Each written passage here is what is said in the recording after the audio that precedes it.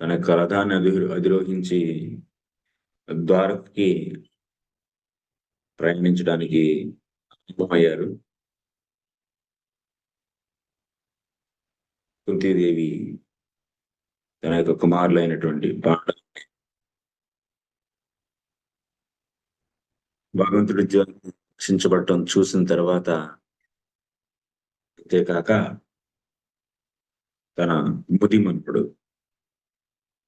మనవడి యొక్క కొడుకు, ముది మనవడైనటువంటి పరీక్షిత్ మహారాజు యొక్క రక్షణ కూడా భగవంతుడే చేశారు. ఉత్తర యొక్క గర్భంలో ప్రవేశించి భగవంతుడు తన యొక్క యోగమాయ ద్వారా ఆ గర్భాన్ని ఆహరించి ఈ బ్రహ్మాస్త్రాన్ని నుంచి ఆ గర్భాన్ని కాపాడారు. అంతేకాక అంతకు ముందు కూడాను సాక్షాత్ శ్రీకృష్ణ భగవానుడు స్వయం పాండవుల పక్షా నుండి నిరంతరం ఆ భయంకరమైనటువంటి యుద్ధంలో పాండవుల్ని తను నిరంతరం కాపాడుకుంటూ వచ్చారు. ప్రతి సమయంలో, కష్టం వచ్చిన ప్రతి సమయంలో ఆయనే తోడై ఉన్నారు. అన్ని విషయాల్ని తన యొక్క దృష్టిలో పెట్టుకుని కుంతి మహారాణి గారు ఈ విధంగా ప్రార్థిస్తున్నారు భగవంతుడితో.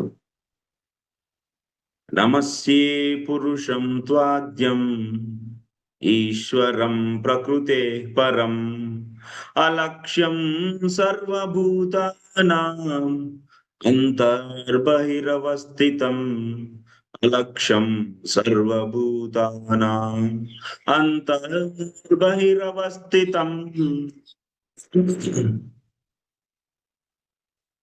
నమస్యే పురుషం త్వాద్యం ఈశ్వరం ప్రకృతే పరం అలక్ష్యం సర్వభూతానాం అంతర్బహిరవస్థితం అంతర్బహిరవస్థితం.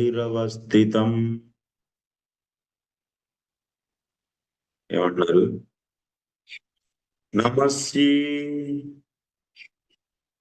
నమస్కారం అయ్యా, అయ్యా కృష్ణయ్య, మీకు నా నమస్కారాలు అని చెప్పి నమస్కారం పెట్టింది.